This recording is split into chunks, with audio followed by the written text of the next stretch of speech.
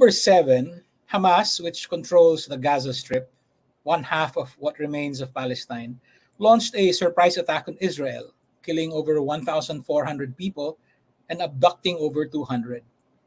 In response, Israel began an all-out war to crush and eliminate Hamas. As of the other day, the death toll in Gaza has reached 10,000 dead, including thousands of children. The Hamas attack has been called an act of terrorism. The Israeli response has been described as genocide, both rightly, in my view. What is the situation in Gaza now, and also in the West Bank, the other half of Palestine? Tonight, for the first time, we will hear from a leader of Palestine. Good evening. I'm John Nery, and you are in the public square.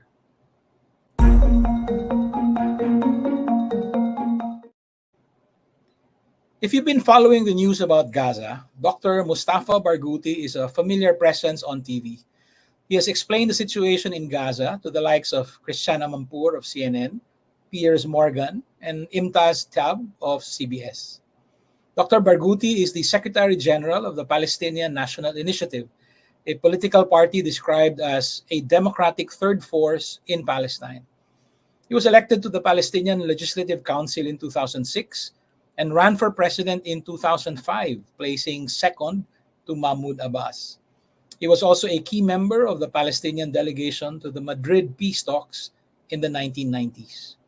Dr. Barghouti, thank you for joining us all the way from Ramallah in the public square.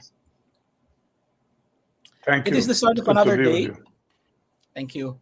It is the start of another day in the West Bank and in Gaza as we record this interview. What is the situation in Gaza now in terms of number of deaths, scope of damage? The situation in Gaza is beyond description. We've never seen anything like that. I don't think anybody has ever seen anything like that. The Israeli bombardment on Gaza does not stop for a minute since 32 days. The continuous bombardment has destroyed already half of all the homes in Gaza. The Israeli bombardment, which includes not only airstrikes, but also artillery bombardment and tank bombardment, has killed up till now 10,320 Palestinians. And there are about 2,500 people missing under the rubble, which nobody can get to because of the continued airstrikes. Among them is no less than 6,000 Palestinian children killed by the Israeli army, and more than 2,600 women. It's a grave atrocity by the Israeli soldiers who are invading Gaza with their airplanes and with tanks and with artillery. And of course, people don't have anything to defend themselves with against the airstrikes. You are talking about also the killing of no less than 180 health workers, attacking more than 5 hospitals, destroying completely 32 health centers, and killing no less than 48 Palestinian journalists. The devastation is beyond description. The infrastructure is completely destroyed. And Israel is conducting practically 3 war crimes at the same time. The act of genocide, which I've just described to you some of the results of, and then the collective punishment where they are depriving people in Gaza, 2.3 million people living in the most densely populated area in the world on less than 110 square miles. They're depriving them of water, electricity, fuel, as well as medicines. And that has very terrible results. We have now children in incubators, more than 130 of them, who can die at any moment because of lack of electricity. We have people who are in need for kidney dialysis, more than 1,160 people who can die at any moment also because of lack of kidney dialysis. We also have a situation where People now are afraid of the outbreak of epidemics because there is no drinkable water. And we are worried about the possibility that we will have hepatitis, outbreak, diarrhea, of course, the possibility of cholera, and definitely measles because all the vaccination programs have been suspended since all the vaccines are expired and the teams cannot work. The movement in Gaza is absolutely drastic because the roads are destroyed and you cannot move from one place to another without being bombarded. Additionally, the third unfortunate war crime that is committed is also ethnic cleansing. Israel's plan was to try to force people out of Gaza to the desert of Sinai. And of course, people could not do that because they have no place to go to, and they have already been refugees once in 1948. And Egypt would not allow that either.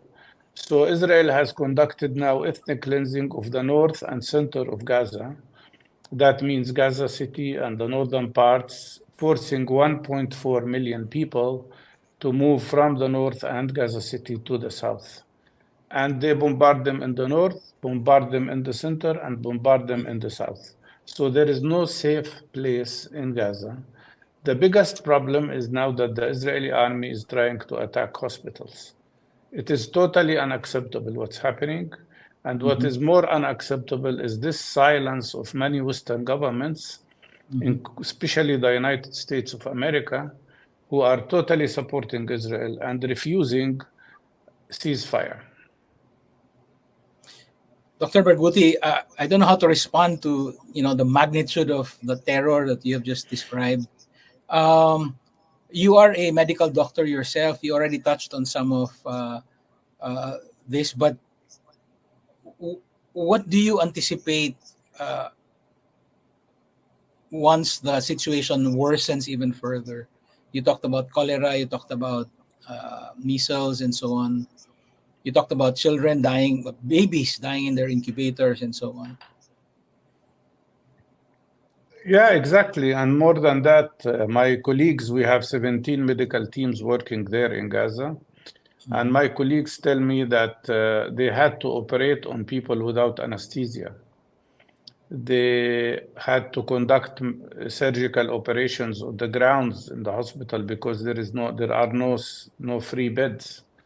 They had to treat people on the staircases.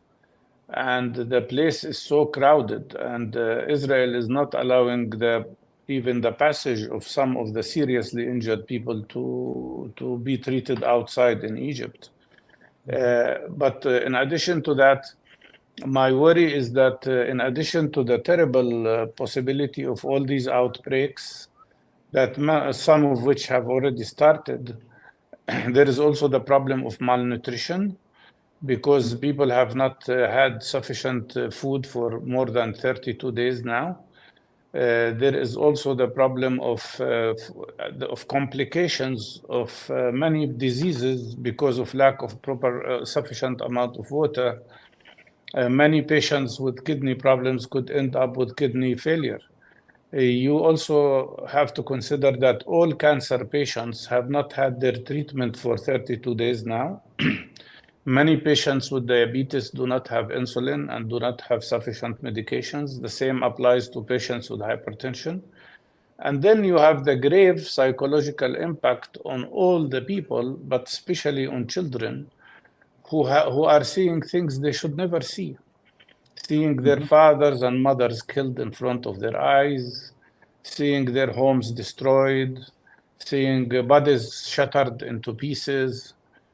This will have a psychological impact for life. I remember when I was a child, and when Israel occupied us during the war in 1967, I remember only the sound of the planes when they were striking us. And there wasn't such a damage as we see now in Gaza. But for very, very, very long time, and maybe up till now, I still have the impact of these noises of the airplanes attacking us. So you can imagine what these children will be left with when they grow up. the images of their mothers shattered into pieces, or their fathers killed and left under the rubble, or the fear itself of being injured or killed. It's horrible, horrible, and should not have been allowed. And Israel should not be allowed to be so impunitive, above international law, above any law. As the Secretary General of the United Nations, Mr. Guterres, said, Gaza has transformed into a graveyard for children, for babies. Dr. And Barghouti, yet, yes, please. I'm not in a position to independently verify what you've said, but of course you rely on a network of sources. You don't need, sir, to verify. I mean, it's all, you can find it on the news everywhere. The numbers I gave you, for instance, when the President of the United States kept repeating the lies of Mr. Netanyahu, who is a pathological liar and not only a war criminal in Israel. For instance, they said that the numbers are incorrect. The Ministry of Health, Palestinian Ministry of Health, published names of people killed with their ID numbers and birth dates. That's right. So there is nothing to be verified. It's so clear. When you look at the destruction, all you need is to open your TV and look at Al Jazeera screen, and you will see all the destruction in Gaza. And also, I think, yes, please. Is there any attempt to degrade your access to information? Of course. First of all, Israel prevented all journalists from entering Gaza because they don't want people to see. And they also, because many young journalists in Palestine continued to work, showing videos and sending them out, Israel cut telecommunication from Gaza 3 times already. And it is becoming very difficult to have telecommunications with Gaza, because I think Israel wants to hide the truth. They don't want the world to see the reality. And they keep talking about Israeli children who were killed. Of course, I sympathize with any person who is killed, whether he's Palestinian or Israeli. But look, you talk all the time about 20, 30 Israeli children killed, maybe 10, I don't know. And you don't talk about 6,000 Palestinian children who are killed? I mean, where is humanity here? Dr. Barghouti, Israel has vowed to eliminate Hamas. I have 2 related questions. Is it, in fact, physically possible to launch or to conduct a war against Hamas alone? Of course not. Secondly, Hamas has lost the support of a majority of Palestinians living in Gaza, but there seems to be no distinction being made between Palestinian citizens and Hamas. Well, first of all, Israel cannot eradicate Hamas because Hamas is an idea more than an organization. And of course, everybody knows that. And Israel uses the issue of Hamas to dehumanize all Palestinians. The attack on Gaza is an attack not on Hamas, but on all Palestinians. And let me remind you that Israel has ethnically cleansed Palestinian people, 70% of Palestinian people in 1948. When Israel was established, they committed 52 major massacres and erased to the ground 520 Palestinian communities, and then forced their population to leave Palestine to other countries, who became now 7 million refugees, 17 million refugees. At this moment in Gaza, 70% of the people are refugees who were displaced by Israel back in 1948, or their descendants. And in 1967, Israel occupied West Bank and Gaza, creating the longest occupation in modern history, 56 years. All the world was telling that the occupation must end and we should have 2-state solution, and Israel would not allow that. The real goal of Israel is not to attack Hamas only. The real goal of Netanyahu and his extreme fascist government is to erase Gaza to the ground. Their original plan was to ethnically cleanse Gaza completely, force people out of Gaza, through this terrible and barbaric bombardment and then annex Gaza to Israel. 5 weeks ago, Mr. Netanyahu stood up in the United Nations before the war started and showed the world the map of Israel, which included the annexation of the West Bank and the annexation of Gaza Strip itself. So they are using the issue of Hamas to dehumanize all Palestinians, to kill the Palestinian cause, to prevent Palestinians from the right that everybody should have, which is the right for self-determination, freedom, and not to be occupied by another country. I think you in the Philippines understand more than many people what does it mean to live under occupation and how precious it is to be independent from any country that colonizes you. Yes. Dr. Barghouti, Netanyahu is not Israel. I mean, I have heard you in other interviews speak of the presence, the existence of Israelis who are not supporting this genocidal acts in Gaza. My question is, are you in touch with these Israeli or Jewish human rights or humanitarian organizations? Can you talk about Yes, we are all the time. And many of them are very good friends of mine, like Avi Shleim, who's a very well-known and highly respected Israeli historian working at Oxford University, or Danny Levy, or Daniel Barenboim, the great musician. And we are in touch, of course, with all of them, and they are totally against this terrible atrocity against Palestinians. We even see many Jewish good people in the United States demonstrating on daily basis, demanding immediate ceasefire and to stop this atrocity against Palestinians. And they all wear shirts that say, "Not in my name," as a Jewish person. So these people, of course, but unfortunately, these people are not those who are governing Israel now. And the establishment that is governing Israel is completely different, with fascist characteristics. The Minister of Finance in Israel, by the name of Smotrich, is himself an illegal settler in the West Bank.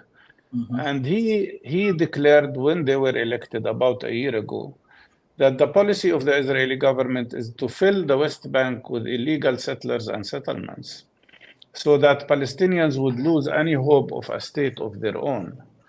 And then Palestinians will have to choose between one of three options: either to leave, which means ethnic cleansing, or accept a life of subjugation to Israelis, which is apartheid, or die, which is actually genocide. This is the kind of mentality of the people who are governing Israel. And when you see Jewish people supporting Palestinians, they are heavily criticized by this establishment, which uses heavy propaganda to mislead people. And what they want is that we should accept to be slaves and accept to be refugees and accept that our land will be stolen from us and that our homes will be destroyed without resisting as people. If a Palestinian resists in a military form, they call him a terrorist. If a Palestinian like myself resists in a non-violent way, they call us violent.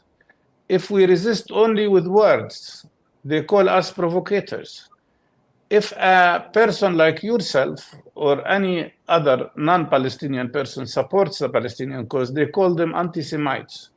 And if you are an Israeli Jewish person or a Jewish person in general that supports Palestinian cause, like those wonderful people demonstrating in the States, Israeli establishment will call them self-hating Jews. This is what we deal with, is not just a horrible government in Israel. We truly deal with fascists, people who have fascist mentality, who are so racist that they want to eliminate all the Palestinian people. The other day, Netanyahu was speaking in a press conference and he used parts of the Bible, Yosha section, in which he said, what does that mean? What does that say? It says if you invade the cities of Palestinians, that's what's written. You should kill them all, kill the men, the women, the children, the animals, erase their homes to the ground.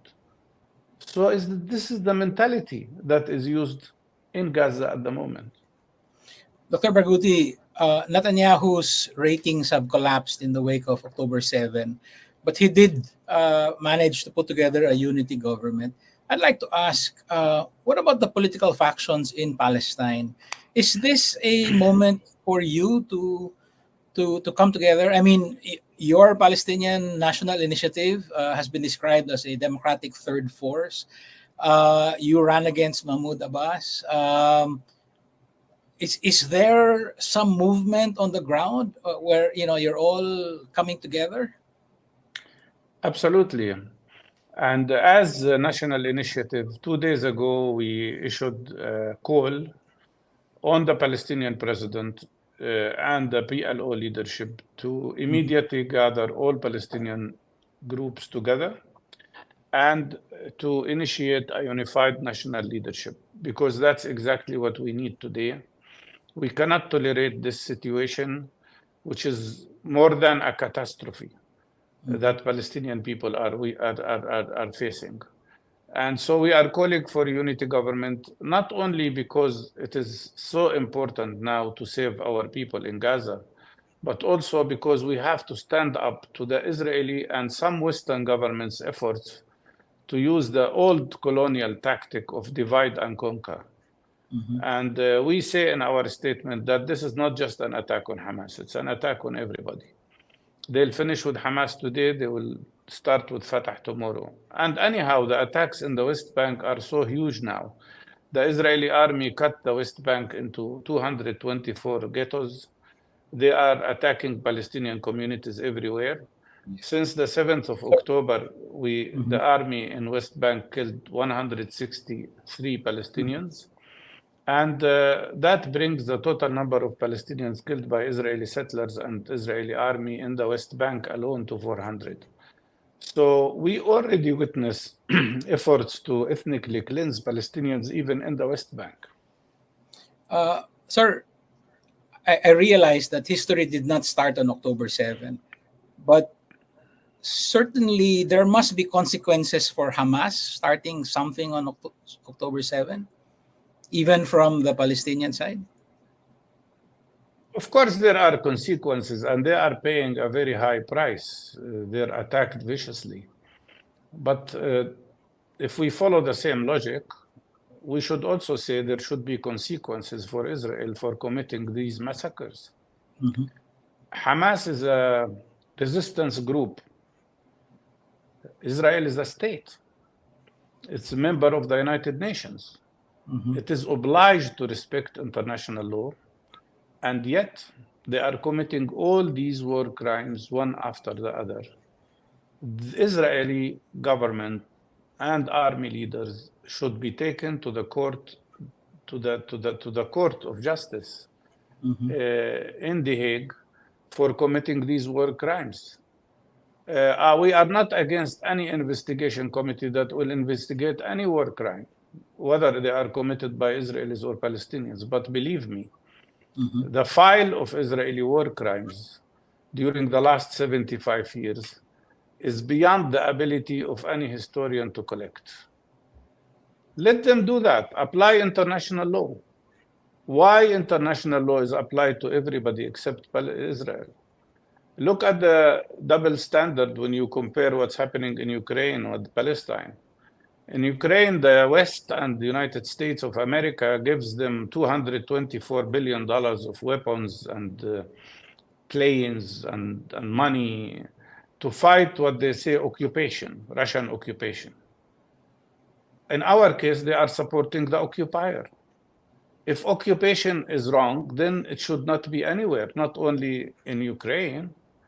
And if occupiers are not allowed to annex the land, why Israel is allowed to annex our land here without any punitive acts? On the contrary, the United States of America is providing Israel with more weapons, more financial support. Now they are going to give them $14 billion for committing these war crimes against Palestinians. That is unacceptable. And this is a very shameful double standard, which sends a very negative message to the whole community. It means that there is no international law, and that what we live above by is jungle law. And if that is the case, you can imagine what will be the status of the world in the coming years. Dr. Barghouti, I know that you have another appointment. If you can allow me to ask two more questions. First, there have been massive pro-Palestine demonstrations around the world. Just last Sunday, hundreds of thousands gathered in Jakarta in Indonesia. About 3 weeks ago, about 25,000 people gathered in Cotabato City in Mindanao, here in the Philippines. And of course, there was that rally in Washington, D.C. Does the news about these demonstrations reach the people in Gaza and on the West Bank? And do any of this matter? It matters a lot. And as you said, what we see is a global uprising, really. I've never seen such an amount of demonstrations, even during Vietnam War or during the Iraqi War. It's a huge international response. We see all of that in the West Bank. Unfortunately, not so many people in Gaza see it because they don't have access to TV, they don't have access to proper telecommunication. But we try to convey the message every day to our colleagues there. And my last question, what are the real life prospects of a humanitarian pause or a ceasefire, as far as you can tell, sir? I think the more demonstrations we have worldwide, the more pressure on the United States government, the more will be the possibility of getting to a ceasefire. For the first time yesterday, Biden, the president of the United States, who kept repeating Netanyahu's lies really before, yesterday he was speaking about a ceasefire for 3 days. Well, we want ceasefire forever, not just for 3 days. But the fact that he's speaking about that means that the pressure, even from inside the American administration, is growing, and that the world is really reaching the point of total saturation with all these scenes of war crimes that Israel is committing, with all the scenes of the massacres of children, of women, of civilians. I think that has made a difference, and I hope we can see an immediate ceasefire as soon as possible. I share that hope. Thank you, Dr. Mustafa Barghouti, Secretary General of the Palestinian National Initiative. It is a difficult task indeed to join other public squares to help inform public opinion while your own is being bombed and blasted. Thank you again. Thank you. Take care. Thank you. Thank you. That's it for us tonight. As always, the next step for engaged citizens is to take a more active part in rebuilding our democracy and supporting other democracies and other democratic projects. See you in the public square. This is John Nery. Thank you and good night.